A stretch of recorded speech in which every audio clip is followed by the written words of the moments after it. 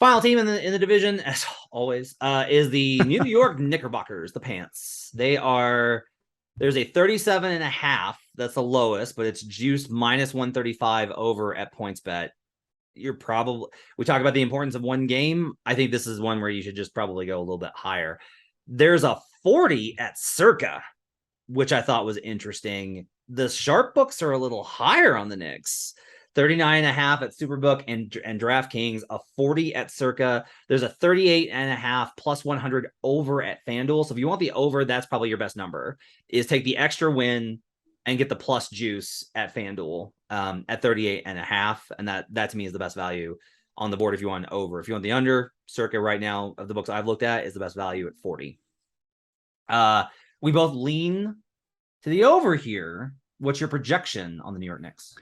I have New York 22nd on offense, 7th on defense, and I have them at 39 to 43 wins, which is, I think, maybe my narrowest range on the board. I think we know what this team is. They're a 500 team. They're going to play defense. They're going to try hard every night. Tibbs is going to play all his guys. Their bench is good. This is the Knicks that we've seen.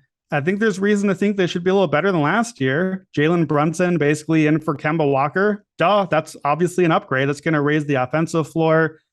Isaiah Hartenstein, I think, is a really important addition and makes their defense a lot better and gives them a floor there. Yeah, Knicks fans, you should think this team's going to be better than last year. You sucked last year, so that's not really saying that much. So that's the problem. I think it's probably a 500 team. I think it's very much a play-in team. That's the Knicks.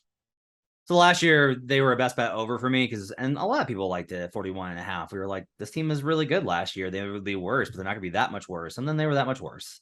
There's a lot of things that went into that, obviously. They won 37 games last season. You add Jalen Brunson and you get internal improvement from RJ Barrett. Let's say that's all they get. We'll talk about some of the bench guys I like in a minute. Let's say that's all they get. They add Brunson, Barrett improves a little. Even if Julius Randle is a dumpster fire and doesn't improve at all over last season, that's probably worth 2 wins. Like RJ and Jalen are probably worth combined. Like RJ's improvement is worth like a half win. Jalen's probably worth 1.5, maybe 1.25 wins. At 37, if we add that, we still wind up getting to the over here. So that's where I wind up being like, I have a slight lean to the over at the very bare minimum. The problem is I'm always going to skew towards the floor with them. Right? Like their floor is near this number, I think. But I always skew towards the floor because of how they're run, how they operate, and the talent that they have. Here's a trend for you.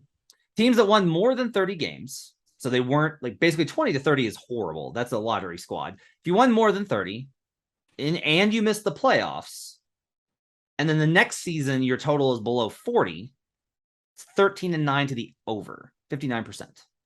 Not bad. It's pretty good. It basically says if you're a not great, a not good, not horrible team, and the market expects you to still be sub 500, you tend to go over. That's the general trend. That's the best way for me to look at it. If the coach here, I think, is a net negative, we view Tibbs as a guy that makes all his players try hard, and Taj Gibson being gone, I think, helps a little bit with this, but I'll say this. I might go the over if Tibbs comes into training camp on media day and says, yeah, Emmanuel Quickley is going to play a lot. Obi Toppin's going to play a lot.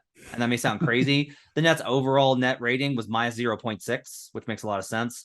With Toppin on the floor, they were plus 6.9. It matches the eye test. Obi Toppin was great last year, provided a spark. Was that versus bench units? Yeah. I'm not suggesting that if Obi Toppin started, he would become a star and they would win those minutes by the same margin. No, they would get killed. I'm saying if you just play Obi Toppin a little bit more, your numbers go up a little bit. Toppin, Quickley, same kind of deal. I wish they kept Alec Burks because he was really good too. Yeah, he was. The Brunson addition probably moves Fournier, I would imagine, to the bench. And if that's the case, and if not, then you do have some shooting around Brunson, which I think is good. If Fournier is with him, Fournier can help the bench. there's a lot of ways to kind of lean towards the over here. You just want to be in like, yeah, but it's the Knicks. That's the best argument. I don't find that to be a compelling reason to go under. I'm just not. I don't look at this team and go, that's a 42 win team, or even that's a 41 win team. I'm not like, yeah, that's a 41 win team. I'm definitely like 35 to 39. Yeah, and I'm a little higher than that. Like I said, I'm 39 to 43. So I guess by my numbers, probably this should be a strong lean or a bet. I just don't really feel like I need to bet money on the Knicks. I just don't. I don't really feel like they deserve my money and that I need to pay attention to be fighting out for that 38th and 39th win when I think they're probably going to get it. But I think they're going to get it with like a week or two left in the season. And you don't have to bet everything. I don't need to bet this team. I like it. I like the defense. Their profile was still there last year. And having Mitch and Hartenstein both as like when I looked at their defense last year, I wasn't under last year. And it was because I didn't believe in the defense. Their profile stayed. The big men didn't. They got a lot worse defense from the big men last year. So I like that. I love the bench. That's been the strength of the team. I'm projecting Derrick Rose, Quickly, Quentin Grimes, Obi, and Hartenstein is the bench. Yeah, that bench is going to run a bunch of teams in the NBA and close the gap on them, which they're going to need to because the starters are going to be behind when the bench comes in. But it works. It wins a bunch of games. So I like it. I like the Knicks enough for what they should be. That here's DraftKings just put this up. I think you can do exact finish in the division. Obviously, the Knicks are juiced to finish last in this very tough division. They're minus 220. You can bet New York to go at 3-1 to finish fourth in the division. Do you like New York enough to think that there is a 25% chance that they finish ahead of somebody, anybody? The Nets fall off. The Sixers all get injured. The Raptors do Raptors-y things.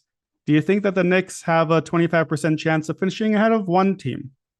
This seems like the type of bet that whenever I'm scrolling through my pending bets makes me mad halfway through the season. That's how I feel about every Knicks bet. That's why I'm not betting it. Yeah, this is a no play.